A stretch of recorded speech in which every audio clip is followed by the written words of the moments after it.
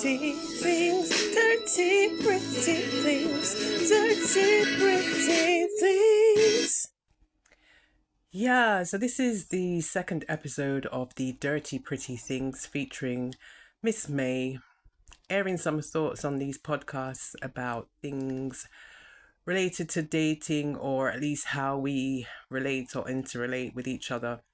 Things that I have observed that have really been kind of causing me to be thinking about it too much, or burdened and overburdened, and having those thoughts going round in my conscience, or feelings that just seem to be stifling, so stifling, like the hot weather right now, stifling my chest and causing me to feel like I'm being suppressed. Not just oppressed, but finding it hard to breathe. So I'm very thankful, and I say give thanks to those who actually have taken the time to listen to the first episode of Dirty Pretty Things. I'm still waiting to see some commentary or to hear some comments or feed forward or feedback, but it's something that I'm used to, and of late I have noticed that people are less likely to be outspoken and to say something out loud, preferring to keep it in their head. But as for me, I am not one to try to keep things in my head. I have enough burdens without being burdened with things that are not necessary to hold on to, that I would like to just vent and let go of. So yes, the Dirty Pretty Things again is an opportunity to talk about those things that other people might not want to say, or might be holding back, or might be afraid to let it out, or maybe in fear of what other persons may think, or whatever the reason may be. I feel that along the way I've observed a lot in the years that I've been, especially in media, arts and entertainment. And I have learned a lot about interpersonal relations along the way, whether that be business or pleasure or a mixture of both. And I found that, there's been some interesting things that seem to be repetitive issues that keep repeating over and over again, so much so that it's starting to get worse than narky. It's past annoying and actually reached a stage where it's actually caused some kind of serious rifts or complexes, and I don't believe that I'm the only one that's been disaffected by these complexes. So today, on this second episode of the Dirty Pretty Things, I am going to try to confront and air and vent about two of these issues.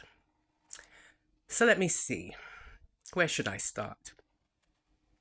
Okay, let me start with the one that is the simplest, and I'm not going to expect anyone to really comment on this, because this is something that has just become so passé now. This is just so, normal now, regular, and this is part of our modern society, at least in the first world, in this country, in the UK. And for me, it was a kind of culture clash coming back after COVID and having been stranded for quite some time overseas in a completely different culture. In many ways, things are still very much, in terms of culture, things have changed a lot in the whole entire world, and everything has become more commercialized, and even the Caribbean region has lost its culture and has been really heavily influenced by Western, and always has been heavily influenced by the US, because it's in that region of the world. However, in terms of culture and laws, there are still some things that are way behind where it has reached here in the first world. So after returning back from Jamaica and being back in the UK, and I am actually a British Jamaican dual citizen with heritage roots in Jamaica and other parts, I'm not quite sure, of the world, as well as a mixed heritage family, have been influenced by many cultures, including Cuban and other parts of the Caribbean, and Latin American culture has also heavy influence over Jamaica and the Caribbean. In those parts of the world, is still very, although there's a lot of hypocrisy and a lot of double standards and contradictions is the word I was looking for. In those parts of the world, it is still kind of traditional, because things have opened up a lot and things are changing.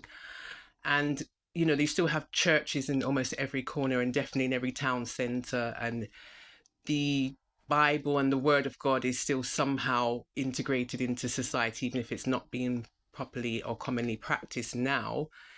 And we won't go into due to whatever capitalism and post-colonial nonsense and whatever, but there's still some tradition, especially with the older generation and still some of the younger people who've grown up in proper nuclear, as they call it, I don't know why they call it that, nuclear families with a mother and a father that, taught them certain principles, and maybe even a mother or father or grandma that took them to church.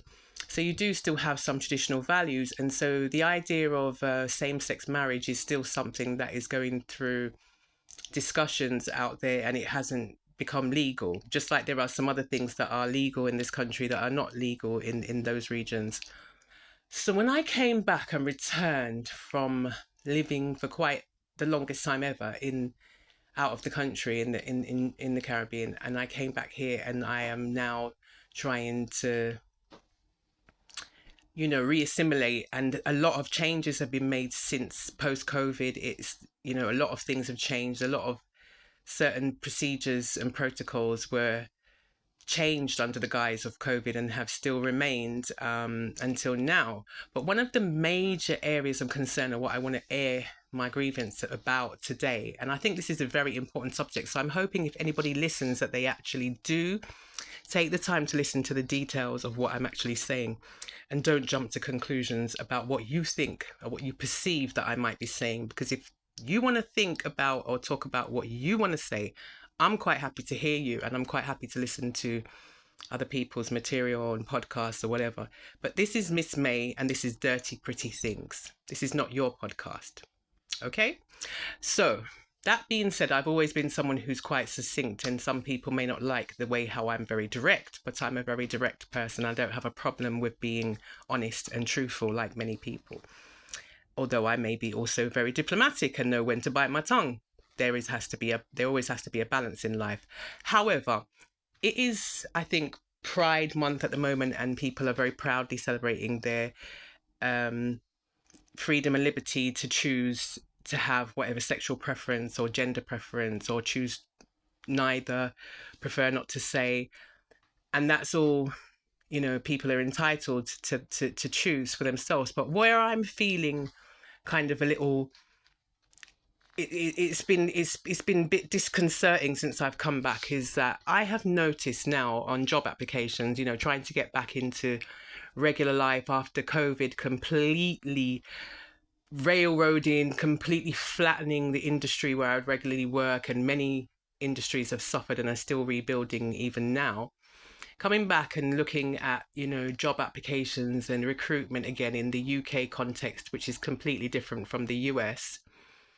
Every single application form, almost entirely every single application form that I have been completing, there is a section that would be demographics, or whatever you want to call it, demographic information, where you go through gender and age, and certain questions when you get to a bit more mature age in life are kind of not as easy to answer when you start to think about how computers are sifting through applications based on programming, the way they've been programmed to sift and to shortlist people by automated processes, by looking for certain keywords and the demographics and specifics that you would, just like when you're searching and you're filtering through on a search engine, you know that nowadays people don't manually go through the applications at first level. The computer or AI programming sifts through these applications. So when I start looking at the demographics now, and I'm already dealing with the maturity and the not being in that young age group anymore of 25 to 30 or whatever it may be, and when you're looking at the demographics, I'm starting to feel as if being a single, unmarried female, born female, not having any issues with my gender, not having any issues with preferring not to say, not having had a gender change, and also being heterosexual or straight, I'm starting to feel very much that when I'm going through these application forms that I don't feel comfortable actually with answering some of these questions, because I feel like I am being discriminated against very neatly. I feel like I am now being treated as if I am a minority. And my rights to choose to be a traditional person, to have Christian beliefs, to be heterosexual, straight, and even a woman, a female, just being single and being okay with that. It seems to be like a major issue of concern in this modern society, in this part of the world at least, because most people have conformed to the status quo, which is no longer the status quo that it was 40, 50 years ago. The status quo now is that it's okay to try, to buy, or to be pan. And I looked it up. What was the definition of pansexual? Let me try to be proactive and look it up while I'm doing my podcast. So my issue today that I want to bring to the table, because there's no point in me going on and talking about it or how I feel about it, because it's out there, it's already been fully integrated into society on every level, and especially into the recruitment process. What I am concerned about is not only that I feel that I have been made to be a minority. Is there such a word as minoritized? I don't think so. Have I just made up a word? I don't just feel like I've been made to feel like a minority because I'm open-minded, and I don't really want to go into my personal, because I think that some things should remain somebody's personal. That's part of my issue. Some things should be private and some things should be personal.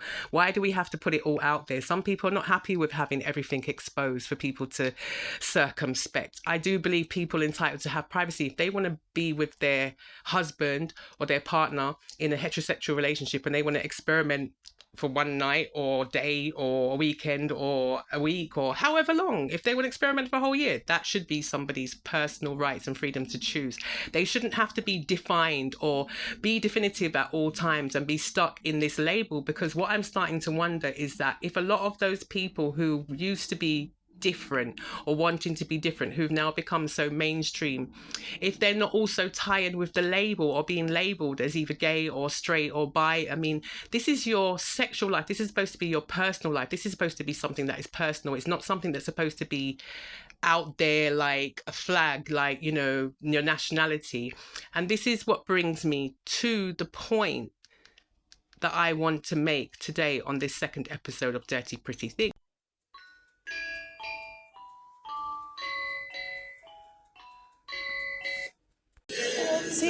Pretty things, dirty, pretty things, dirty, pretty things. The point is this: being born somebody of mixed race heritage and growing up in a predominant black family, but both black and white family members and heritage from both sides of the spectrum, I am still angered and really angry, especially now when I see such a resurgence of superiority issues with isms and racism, especially white supremacy, has become a major issue of concern. That I've come back to the UK and I've seen that there are some people who may be, to me, immigrants. I don't recognize those people as being people that I've seen in this country for many years, and they have come here with a lot of racism, isms, things they're not used to seeing black people in their country. Obviously, they're not accepting that there were black people that was here before them, and this is quite obvious. They're very overt in their racism. It's not like the old English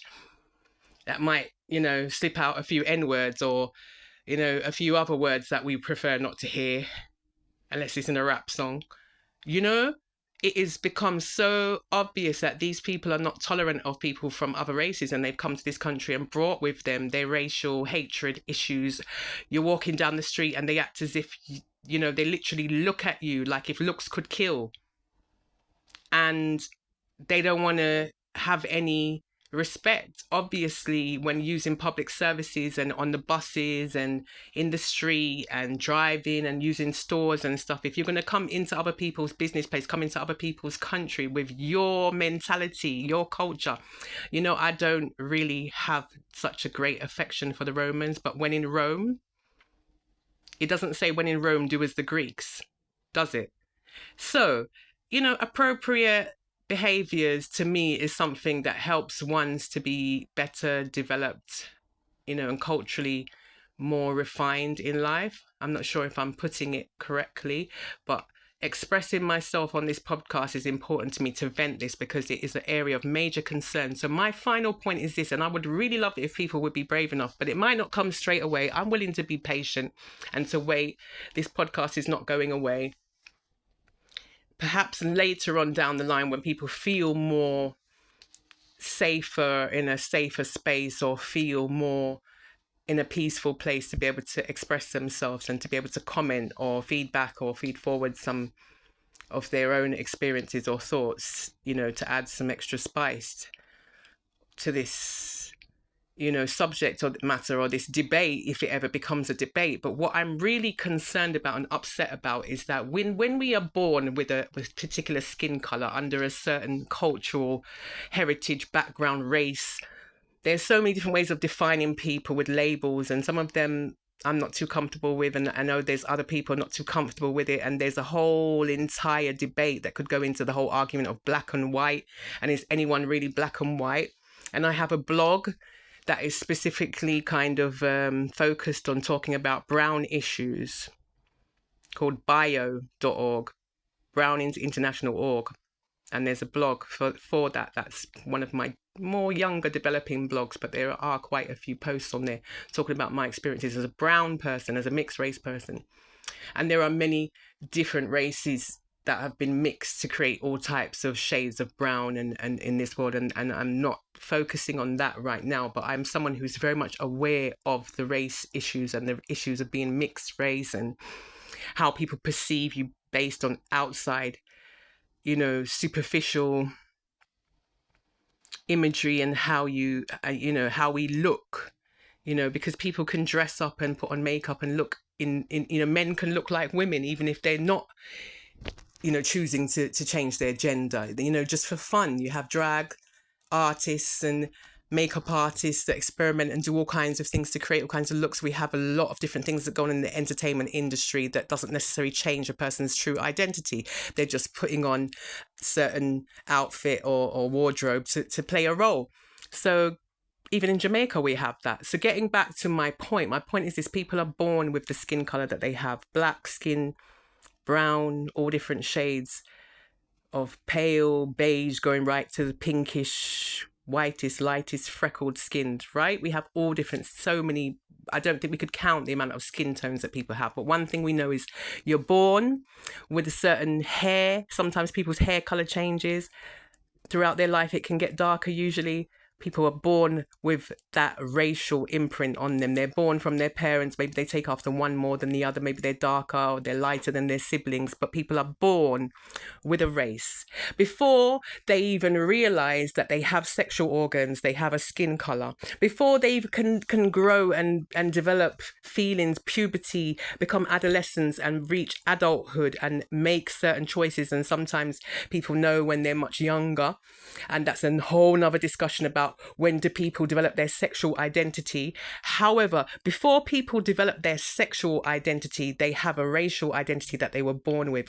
I do not and will not support a society that is fully integrating people's sexual preferences and choices and gender choices and their choice to change gender as a primary or paramount issue to dealing with racism.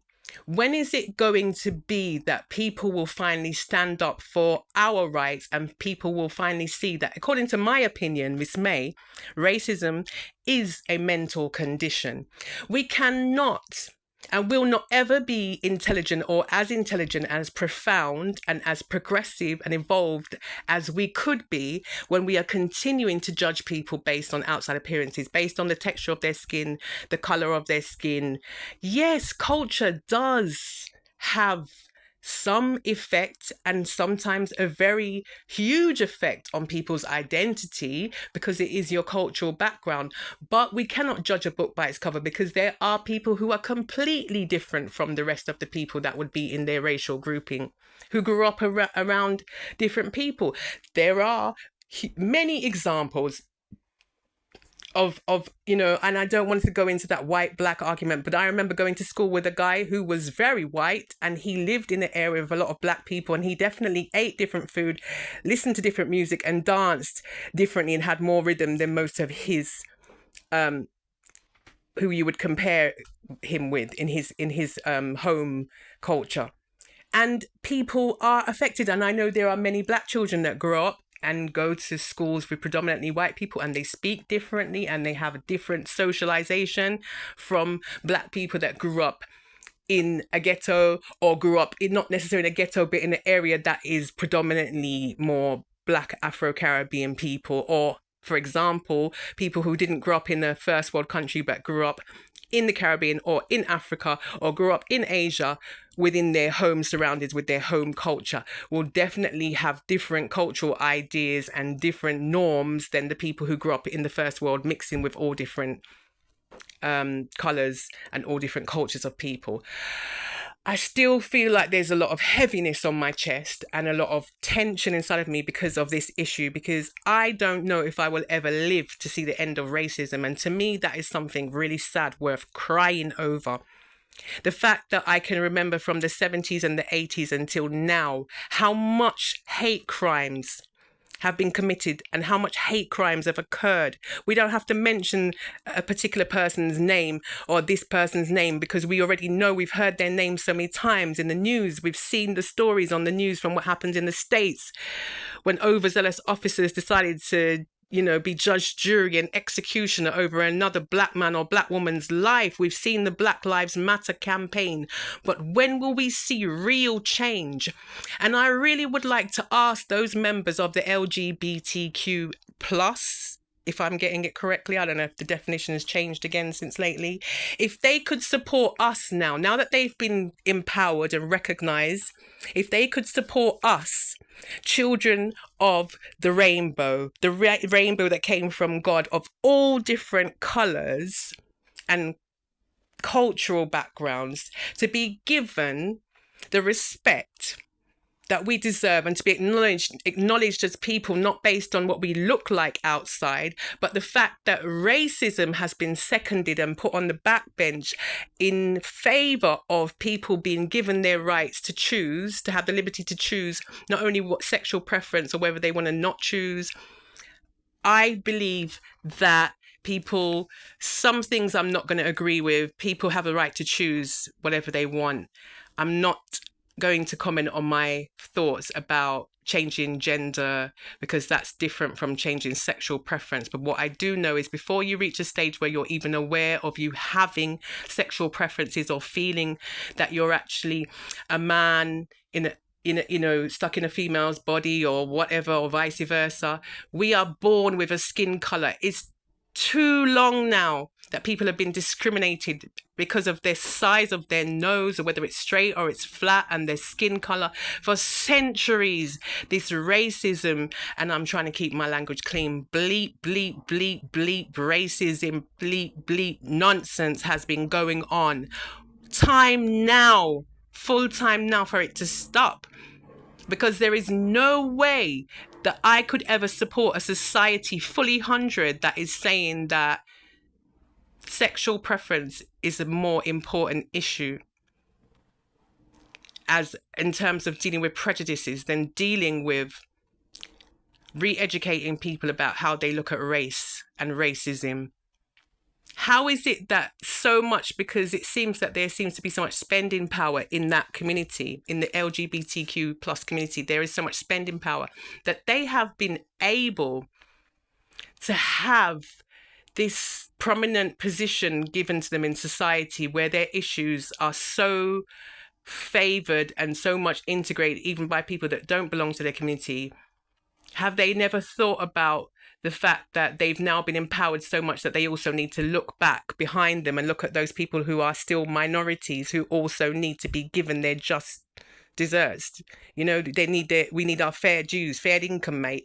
I don't have to be an Australian to say fair income. It's about time now that people really were willing to tackle the race issue. We've been willing to accept LGBTQ and all kinds of different variations of people choosing, and we have to deal with it in the workplace and even in job applications. I feel like I'm a minority now. Just to recap, as a single female, heterosexual, straight, it seems like I'm an anomaly, you know? And the fact is, on top of being female, single and straight, I'm also from a non-white racial mixed race heritage background. And I am tired of being discriminated against based on my hair and my skin color. And even within the Black community, there is still so much self-hatred and self-loathing and lack of feelings of empowerment amongst Black men, especially people who are mothers, growing Black boys, could tell you, if you were willing to listen, how difficult it is to get the balance right between empowering them and giving them too much empowerment in terms of their ego, because people at home have to do so much to balance the scales because of what happens to them outside in the world every day, of Black women, and how there's still a lack of images, because even now that it's so much more popular to have Black women in the media and on television and arts. When I was growing up, there was hardly any. There were Floella Benjamin, I can't even say the name. There was Miss Floella Benjamin, and she was the main person that we had as children on Play School to represent our culture. And there was a few other faces that you would see. And I remember that one of the very first, Black Britain was one of the first Black TV programs that I can remember actually working on in production. But there was Ebony, one of the first shows that we used to see on TV in the 80s, and some sitcoms that would be, you know, before pre-Desmond stage, where we used to see some Black faces on TV. And yes, things have changed a lot in the media and in arts and entertainment on television. We now see a lot more representation of different races on especially reality TV has opened the door for those things, and in different programming. However, the mindset of the people is what I'm concerned about. How long will it take for the general population, people who are, especially those who are in the higher echelons of society, who have the privilege, to realize that they are also responsible for setting a certain standard of what is acceptable? The people who have the spending power, who have the voting power, who have the power to dictate or to ask and demand for better. Why is it that for all of these years, racism has been overlooked and now it has been secondary to other issues of sexual preference and gender preference? And these things can never be before. If you were looking at it chronologically, it doesn't come before your skin color and what you're naturally born with. Before we even start to get into our identity in more details, can we get past the color issue? And if not now, in the words of Tracy Chapman, then when?